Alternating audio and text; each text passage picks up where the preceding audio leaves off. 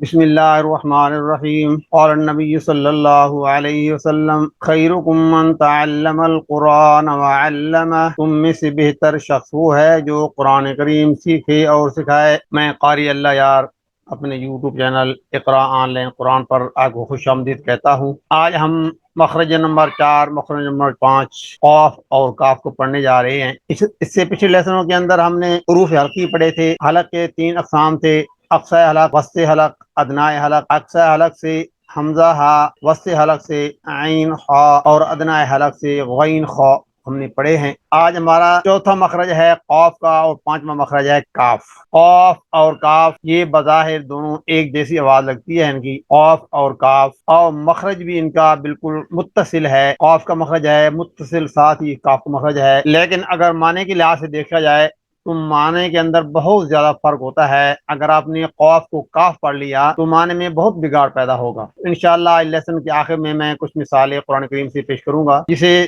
دیکھ کر آپ کے کان کھل جائیں گے کہ ہم کیسے پڑھتے آ رہے ہیں اور کتنی بڑی ہم غلطی کرتے رہتے ہیں کہ ہماری نمازیں بھی خراب ہو رہی ہیں۔ اگر آپ بھی اپنی نمازوں میں ایسی غلطیاں کر رہے ہیں تو یقیناً آپ کو سوچنا ہوگا کہ تاکہ میں اپنی نماز کو درست کر سکوں۔ تو آج ہم پڑھنے جا رہے ہیں قاف اور کاف، مخرج نمبر 4 اور مخرج نمبر 5۔ توجہ کیجیے، قاف اور کاف یہ دونوں حروف اللسان یعنی زبان کے حروف کہلائے جاتے ہیں۔ لسان عربی میں کہتے ہیں، زبان اردو میں کہتے ہیں، ٹانگو انگلش میں کہتے ہیں۔ زبان میں کل 10 مخارج پائے جاتے ہیں۔ اس زبان میں سے 10 جگہ ہیں جہاں سے حروف نکلتے ہیں۔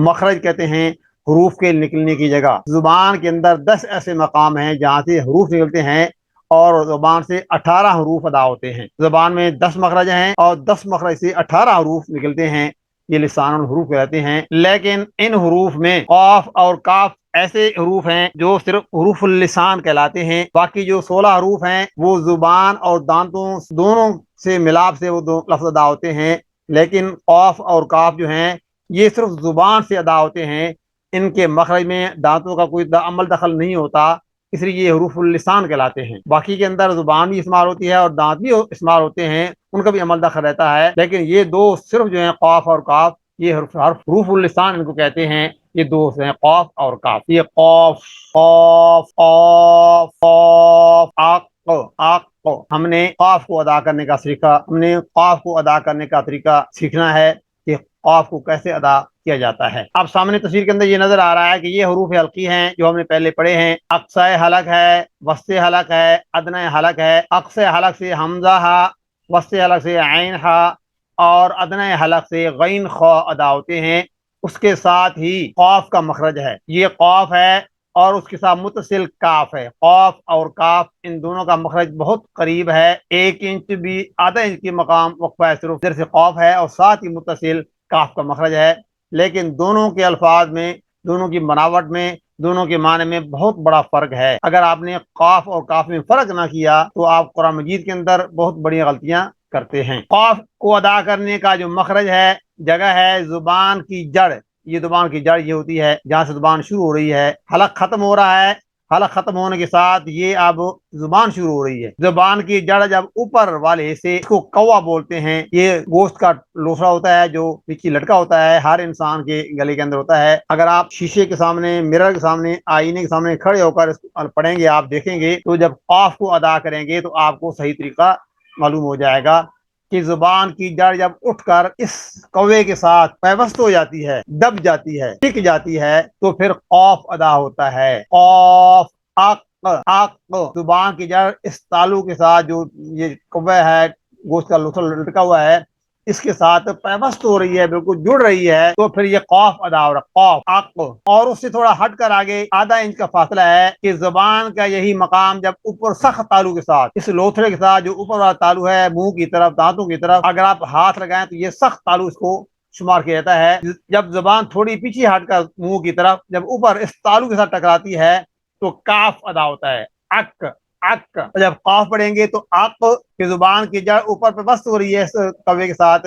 اور جب کاف کو ادا کریں گے تو زبان کا یہ حصہ جو تھوڑا آگے ہے زبان منہ کی طرف، جب اوپر ٹچ ہوتا ہے تالو کے ساتھ تو کاف ادا ہوتا ہے۔ آپ نے ان کو ضرور دیکھنا ہے۔ تو قرآن مجید پڑھتے وقت قاف اور کاف میں فرق کرنا بہت ہی ضروری ہے، ورنہ بعض آیتوں میں کفریہ مفہوم بھی پیدا ہو سکتا ہے۔ تو انشاءاللہ اس لیسن کے آخر میں ہم چند مثالیں آپ کو بتلائیں سامنے لائیں گے کہ آپ فرق کریں گے کہ قاف کو جب کاف پڑھتے ہیں تو معنی میں کیا خرابی یا مفہوم میں کیا گڑبڑ پیدا ہوتی ہے، انشاءاللہ آپ واضح کر سکیں گے۔ اب قاف کو ادا کرنے کا طریقہ، قاف پر زبر لگاؤ، زیر لگاؤ یا پیش لگاؤ۔ اگر زبر ہو تو قاف مفتوح ہے، قاف پر زیر ہو تو قاف مکسور ہے، قاف پر پیش ہو تو قاف مضموم کہلاتا ہے۔ زبر زیر پیش اس کو اعراب کہتے ہیں۔ جس حرف پر اعراب آتا ہے، اعراب خواہ زبر کی شکل میں ہو، زیر کی شکل میں ہو یا پیش کی شکل میں ہو، اعراب کو جلدی پڑھنا ہوتا ہے، اس لفظ کو کھینچ کر نہیں پڑھتا۔ اس لفظ کو جس پر اعراب آتا ہے اس کو جلدی پڑھنا ہے، کھینچنا نہیں ہے، لمبا کر کے نہیں پڑھنا۔ جیسے قاف زبر قا، قاف زیر قی، قاف پیش قو، قا قی قو، یہ ایسے نہیں پڑھنا، قاف زبر قا، قاف زیر قی، ایسا نہیں، بلکہ جتنی بھی اعراب ہیں زبر زیر پیش ہو، جب ان کو پڑھنا ہے تو لمبا نہیں کرنا، کھینچنا نہیں۔ ہاں اگر کوئی ریزن آ جائے کھینچنے والا، لمبا کرنے والا، کہ اس حرف کے بعد، اعراب کے بعد کوئی حروف مد آ جائے، جیسے یہاں نیچے ہے قاف الف زبر قا، اب یہاں اس کا یہ وجہ آ رہی ہے کہ اس کے بعد الف مدہ آ رہا ہے، تو الف مدہ کی وجہ سے اب اس زبر کو کھینچا جائے گا۔ قاف الف زبر قا، لام زبر اللہ، قالا، اب یہاں یا مدہ آ رہی ہے، قاف یا زیر قی، لام زبر لا، قیلا، ان دونوں مقام میں اس کا ریزن موجود ہے جس کی وجہ سے ہم اس اعراب کو کھینچ رہے ہیں، ورنہ زبر زیر پیش کو قطعاً کھینچنا نہیں، جہاں بھی ادا کرنا ہے کھینچ کے نہیں پڑھنا، لمبا کر کے نہیں پڑھنا، اس لفظ کو صحیح ادا کرنا ہے۔ قا قی قو، قالا قیلا قل، یہ مفردات اور مرکبات مثالیں ہیں۔ تو قاف کو ادا کرنے کا، یہ پڑھنے کا طریقہ قا قی قو۔ اور اگر آپ نے کسی لفظ کا مخرج معلوم کرنا ہے کہ یہ لفظ کہاں سے کیسے ادا ہو رہا ہے، اس کا طریقہ یہ ہوتا ہے آپ اس لفظ کو ساکن کریں، جیسے یہاں قاف ساکن ہے، اس سے پہلے کوئی حرف لگا دیں، الف با تا سا یا تک کوئی لفظ لگا لو اور اس پر کوئی حرکت لگا دو، زبر لگاؤ، زیر لگاؤ، پیش لگو، تو جب اس لفظ کو ادا کرو گے، جب اس کا آخری سانس جہاں سے نکلے گا اور جس حالت میں وہ جگہ پر وہ حرف نکل رہا ہے، وہ اس کا مخرج شمار کیا جائے گا۔ یہاں دیکھیے حمزہ قاف زبر آق، آق، آخری جو آواز آ رہی ہے اس قاف کی، کہ وہ ہماری جو زبان کی جڑ ہے اوپر والے اس کوے کے ساتھ ٹچ ہوئی ہے، تب یہ قاف ادا، آق، آق، صرف ٹچ نہیں کرنا بلکہ دبانا ہے تاکہ زبان پر وسط ہو جائے، اس جگہ پہ تھم جائے تو قاف ادا ہوگا۔ حمزہ قاف زبر آق، آق، آواز آ رہی ہے اینڈ پہ، یہ قاف کا مخرج ہے کہ یہاں زبان کہاں لگی ہوئی ہے، کہاں ٹکی ہوئی ہے، یہ اس کا مقام ہے اور نکلنے کا۔ حمزہ قاف زیر ایک، حمزہ قاف پیش اوق، آق ایک اوق، حمزہ قاف زبر آق، را زبر را، اقرا، با پیش بو، اقرابو، حمزہ قاف زیر ایک تا زبر تا، ایک تا، را زبر را، ایک تارا، با زبر با، ایک تارابا، یا قاف یق، را زیر ری، یقری، دواد پیش دو، یقریدو، تو یہ ہے قاف کا مخرج حمزہ قاف زبر آق۔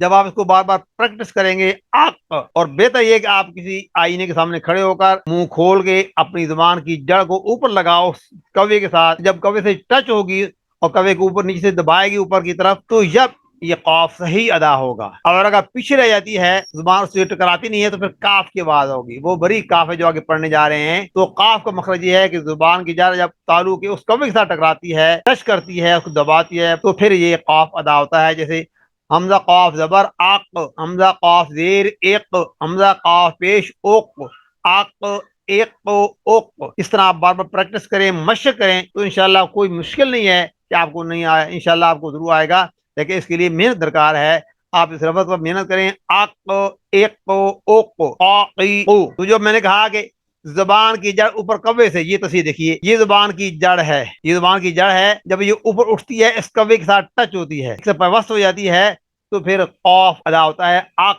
جب یہ مقام جو زبان کی جڑ نظر آ رہی بالکل اینڈ پر ایسا، جب اوپر بالکل اوپر ٹکراتا ہے تو یہ قاف ادا ہوتا ہے۔ اور اسے پیچھے یہاں سے یہ جو جگہ ہے یہ ساتھ والی،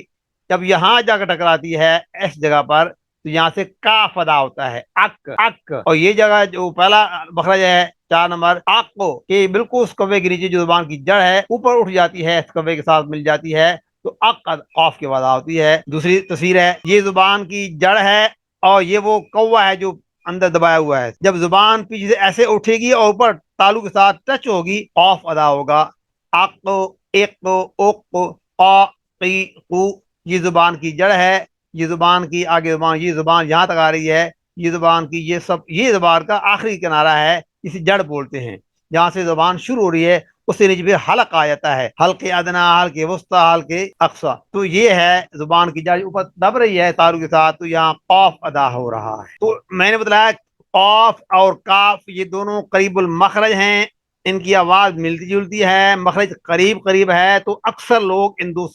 دونوں میں فرق نہیں کرتے، تو فرق نہ کرنے کی وجہ سے ان میں بہت بڑی خرابی معنوی لحاظ سے پیدا ہو جاتی ہے کہ بسا اوقات کفریہ الفاظ اس سے ادا ہو جاتے ہیں جو ہمیں نہیں بولنے چاہیے۔ تو لہذا ہم نے قاف کو جب سیکھا ہے، اب کاف کو سیکھنا ہے، تو میں نے بتلایا تفسیروں کے اندر کہ قاف کا جو مخرج ہے وہ زبان کی جڑ ہے، اور کاف کا مخرج اس جڑ کے ساتھ جو زبان کا حصہ ہے جو 1 انچ بھی نہیں بنتا، اس سے بھی کم تر فاصلہ ہے، جب وہ حصہ اوپر تالو، جو انسان کا تالو سخت ہے، اس کوے کے ساتھ منہ کی طرف جو حصہ ہے اوپر تک نظر آتا ہے، بالکل پلین ہے، اب ہاتھ لگاؤ اپنے ہاتھ کے ساتھ تو وہ ٹچ کرو تو وہ سخت معلوم ہوتا ہے، اس کو تالو کہتے ہیں، سخت تالو۔ جب زبان کے جڑ سے تھوڑا آگے کی طرف یہ اوپر اٹھتا ہے، اس تالو کے ساتھ لگتا ہے، تو وہاں سے کاف ادا ہوتا ہے۔ قاف جو ہے زبان کی جڑ اوپر لگتی ہے اس کوے کے ساتھ، تو قاف ادا ہوتا ہے، تھوڑا منہ کی طرف زبان بھی اور تالو بھی اس کو لگاؤ تو وہاں سے کاف ادا ہوتا ہے۔ قاف کے مخرج سے تھوڑا منہ کی طرف آگے کاف ہے جس میں، تو قاف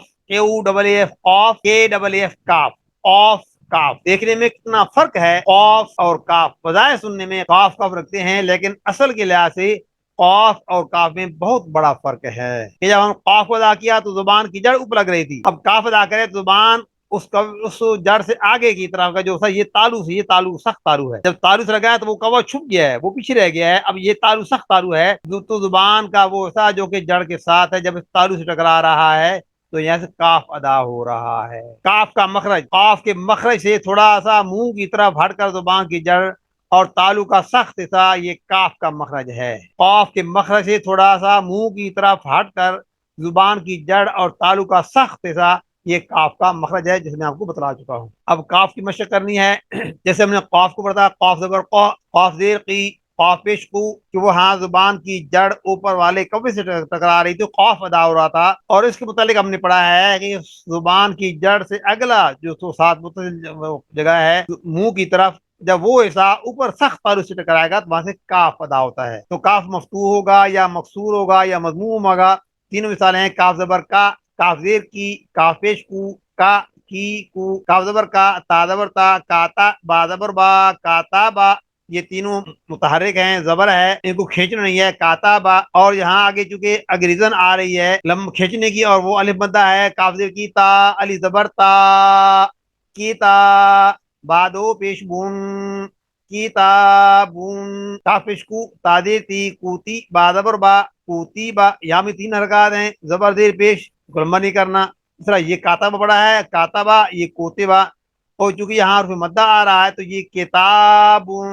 تو یہ کاف کا مخرج ہے، کا کی کو۔ اگر ساکن ماقبل مفتوح ہو یا ساکن ماقبل مکسور ہو یا ساکن ماقبل مضموم ہو، 3 مثالیں ہیں، حمزہ کاف زبر اک، حمزہ کاف زیر اک، حمزہ کاف پیش اک، اک، اک، اک۔ تو جس طرح میں نے بتلایا ہے کہ کسی لفظ کے مخرج کو معلوم کرنے کا طریقہ یہ ہے کہ اس کو ساکن کرو، اس سے پہلے کوئی حرکت لگا لو، تو جب اس کو ادا کرو گے جہاں سے اس لفظ کی آواز ختم ہوگی وہ اس کا مخرج ہوگا۔ جیسے یہاں ہے حمزہ کاف زبر اک، اک، اک، کی زبان کی جڑ سے تھوڑا منہ کی طرف جو حصہ ہے جب اوپر سخت اور اسے ٹکرا رہا ہے تو اک کی آواز آ رہی ہے، اور پیچھے میں بڑا اک پڑا تھا، اک، وہ زبان کی جڑ اس کوے سے ٹکرا رہی تو اک پیدا ہو رہا تھا، یہ تھوڑا منہ کی طرف ہے تو یہ اک، ایک، اک، تک، تمون، اقراب، شکر، یہ ہیں۔ لیکن جو کاف ہے اس کو ہم آسانی سے بولتے ہیں، اردو کے اندر لکھتے ہیں، کاف کو ادا کرنے میں ہمیں کوئی مشکل پیش نہیں آتی،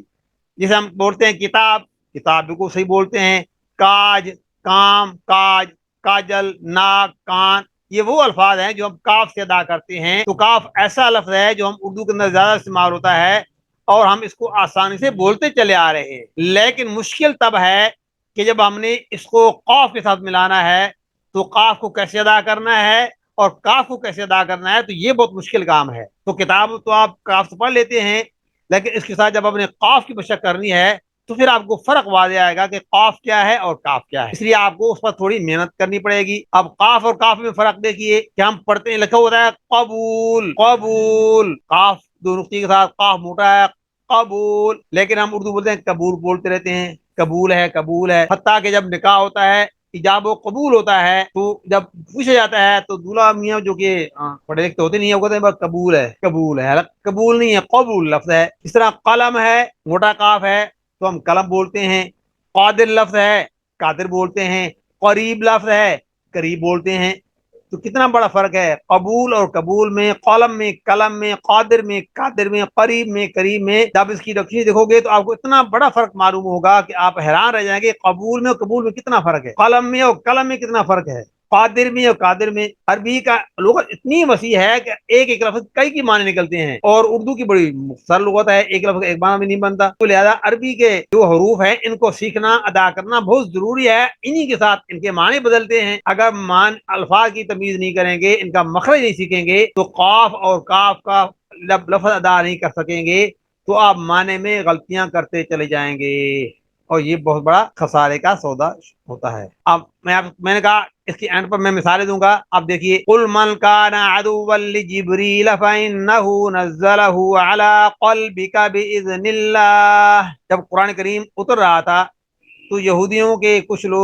یہودی کے لوگ جناب نبی کریم صلی اللہ علیہ وسلم کے پاس آئے اور پوچھا، یا رسول اللہ، آپ پر وحی کون لے کر آتا ہے، قرآن کون لے کر آتا ہے؟ تو آپ نے کہا جبرائیل۔ انہوں نے کہا چونکہ جبرائیل ہمارا دشمن ہے، اس نے ہمارے خاندان پر ظلم اور یہ عذاب لایا تھا، تو وہ تمہارا پکا دشمن ہے، تو لہذا اگر کوئی اور فرشتہ یہ وحی لے کر آتا تو ہم ایمان لاتے، کیونکہ جبرائیل لے کر آتا ہے تو وہ ہمارا دشمن ہے، تو ہم اس لیے ایمان نہیں لاتے۔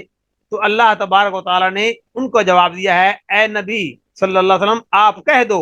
کہ جو جبرائیل کا دشمن ہے تو اللہ اس کا دشمن ہے۔ کیوں؟ کیونکہ جبرائیل وہ فرشتہ ہے جس نے آپ کے دل پر قرآن اتارا ہے، اے علی قلبک، قلب قاف دو نقطے کے ساتھ، اس کا معنی دل ہے، جس نے آپ کے دل پر قرآن مجید کو اتارا ہے وہ جبرائیل امین ہے، تو لہذا جو اس کا دشمن ہے اللہ اس کو اپنا دشمن سمجھتا ہے۔ یہ ہے قرآن کریم کی آیت، فَإِنَّهُ نَزَّلَهُ عَلَىٰ قَلْبِكَ بِإِذْنِ اللَّهِ، جس نے آپ کے دل پر، عَلَىٰ قَلْبِكَ، آپ کے دل پر اللہ کا حکم، اللہ کی وحی اتاری ہے، قرآن لے کر آیا ہے، عَلَىٰ قَلْبِكَ کے الفاظ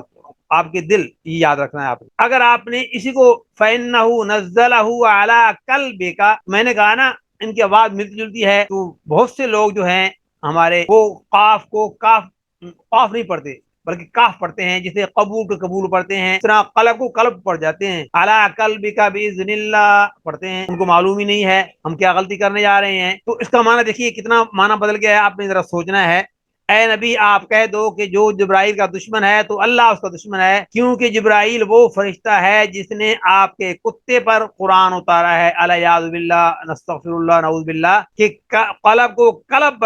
پڑھنے میں کتنا فرق آیا ہے۔ وہاں ہے کہ اعلیٰ قلبک کا جبرائیل آپ کے دل پر قرآن اتارتا ہے، اور یہاں اعلیٰ قلبک کا جب آپ نے پڑھا ہے اس کا معنی کتا بن گیا ہے۔ تو ایک لفظ کے بدلنے سے، قاف کو کاف میں بدلنے سے کتنا بڑا پورے آیت کا مفہوم ہی ختم ہو گیا، بدل گیا ہے، کفری الفاظ پیدا ہو جاتے ہیں۔ یہ کیوں کہ آپ نے قاف کو قاف ادا نہیں کیا بلکہ کاف پڑھ دیا ہے۔ اس لیے میں نے کہا قاف میں اور کاف میں فرق کرنا بہت ضروری ہے، دونوں کا سیکھنا ضروری ہے، کہ جہاں قاف ہے اس کو قاف پڑھنا ہے، جہاں کاف ہے کاف پڑھنا ہے۔ اب لکھی دوسری مثال، وَمَن يُؤْمِن بِاللَّهِ يَهْدِ قَلْبَهُ، جو اللہ پر ایمان لائے اللہ اس کے دل کو ہدایت دیتا ہے۔ قرآن مجید کی آیت ہے کہ جو اللہ پر ایمان لائے اللہ اس کے دل کو ہدایت دیتا ہے، اعلیٰ یہد قلبہ، ومن یؤمن باللہ یہد قلبہ، جو اللہ پر ایمان لائے اللہ اس کے دل کو ہدایت دیتا ہے۔ یہ ہے قلبہ کے الفاظ، اور اگر کسی نے اس کو قلبہ پڑھ لیا، ومن یؤمن باللہ یہد قلبہ، جو اللہ پر ایمان لائے اللہ اس کے کتے کو ہدایت دیتا ہے، الیاذ باللہ، استغفر اللہ، اس کے معنی میں بگاڑ پیدا ہوا۔ کیوں ہوا؟ کہ آپ نے قلبہ جو دل کے معنی میں تھا اس کو قلبہ کے معنی میں پڑھا ہے، جو کتے کے معنی سے ہوتا ہے۔ ایک قاف کے بدلنے میں کتنا معنی کا مفہوم بدل گیا ہے، تو لہذا قاف میں اور کاف میں فرق کرنا بہت ضروری ہے۔ دیکھیے قل کا معنی کہو، قل کھاؤ، یہ دونوں امر فعل ہیں، قال یقول سے قل امر بنا ہے کہو، اکل یاکل امر ہے قل کھاؤ، قل کہو، قل کھاؤ۔ یہ قاف ہے، قل هو اللہ پڑھتے ہیں ہر وقت، ہر نماز میں، خواہ پڑھا لکھا ہے یا ان پڑھ ہے، ہر آدمی ہر مسلمان جو ہے قل هو اللہ ضرور پڑھتا ہے، یہ مجھے اتنا یقین ہے۔ قل هو اللہ احد، کہو اللہ ایک ہے۔ تو میں یہ کہہ رہا تھا قل هو اللہ ایسی صورت ہے کہ جو عام مسلمان جو بالکل انانی ہوتے ہیں وہ بھی قل هو اللہ کو پڑھتے ہیں کہ بعد میں ایک صورت پڑھنی ہوتی ہے۔ حالانکہ اللہ کے نبی صلی اللہ علیہ وسلم نے فرمایا کہ جس کا سینہ قرآن سے خالی ہے سمجھ لو وہ سینہ ویران ہے، اور جو ویران جگہ ہوتی ہے وہ وحشی جانوروں کا گھر ہوتی ہیں، وحشیات کا گھر ہوتی ہیں، اور جو گھر آباد ہوتا ہے وہ آباد ہوتا ہے، اس میں حشرات الارض نہیں ہوتے۔ تو لہذا جو سینہ قرآن کریم سے خالی ہے وہ ویران جنگل کی طرح ہے، ویران گھر کی طرح ہے۔ اس لیے میرے دوستو کم از کم آپ کو 20 صورتیں آخری جو ہیں چھوٹی چھوٹی ہیں وہ یاد ہونی ضروری ہیں، تاکہ آپ نماز کی ہر رکعت کے اندر ایک الگ الگ صورت پڑھتے چلے جائیں، آپ کی نماز آسانی سے ہو جائے۔ لیکن بہرحال اگر کوئی آدمی قل هو اللہ بھی پڑھ لیتا ہے ہر رکعت کے اندر تو نماز تو ہو جاتی ہے، امر مجبوری ہے۔ لیکن ہمارے لوگ اس کو بھی صحیح نہیں پڑھتے۔ یہ سامنے ہے جسے ہم کہتے ہیں قل هو اللہ احد، کہو اللہ ایک ہے، قل کہو اللہ ایک ہے۔ اگر اس نے پڑھ لیا قل هو اللہ احد، کھاؤ اللہ ایک ہے، تو معنی کتنا بگاڑ آ گیا، الیاذ باللہ۔ قل کا معنی کہنا ہے، قل کا معنی کھانا ہے۔ تو آپ نے جب کہ قل کو ادا نہیں کیا، اس یہ قل کو پڑھ لیا ہے، تو معنی میں اتنی تبدیلی آ گئی ہے۔ اب قاف میں اور کاف میں آپ کو فرق انشاءاللہ سمجھ آ جائے گا ان دو الفاظ کے ساتھ۔ قاف سے قلب بنتا ہے، قلب دل کو کہتے ہیں، جیسے وہ بولتا ہے انت قلبی، کوئی دوست ہے زیادہ محبت والا ہے، پیار والا ہے، اپنی اولاد ہے، وہ کہتا ہے انت قلبی، تو میرا دل ہو، تم میرا دل ہو،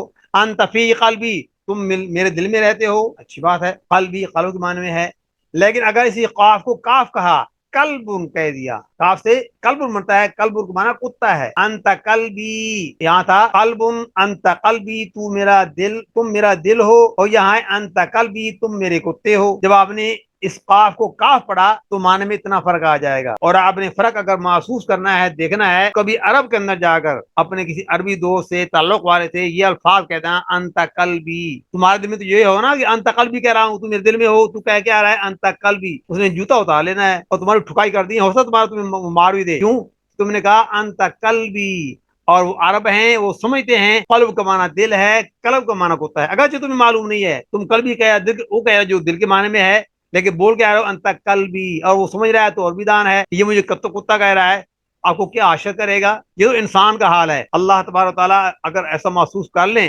جو ہم پڑھتے ہیں، اللہ معاف نہ کریں، تو ہم تو بڑی پکڑ میں آ جائیں گے۔ تو میرے بہنوں، میرے دوستوں، میرے بھائیوں، یہ قاف اور کاف یہ عام لفظ نہیں ہے، ان کا امتیاز بہت ضروری ہے۔ اگر آپ قرآن مجید پڑھتے ہیں یا پڑھنا چاہتے ہیں یا صحیح کرنا چاہتے ہیں، ان کی ادائیگی پر آپ کو توجہ دینی ہوگی۔ میں امید کرتا ہوں کہ آپ کو آج کا لیسن اچھی طرح سمجھ آ گیا ہوگا۔ اگر آپ ہمارے چینل پر نئے ہیں تو ہمارے چینل کو سبسکرائب کریں، لائک کریں، شیئر کریں، اور ساتھ رکھے آئیکن بٹن کو دبائیں تاکہ ہمارا آنے والا ہر لیسن آپ کو بر وقت ملتا رہے۔ ان الفاظ کے ساتھ اجازت چاہتا ہوں، انشاءاللہ اگلے لیسن میں ملیں گے۔ السلام علیکم، خدا حافظ۔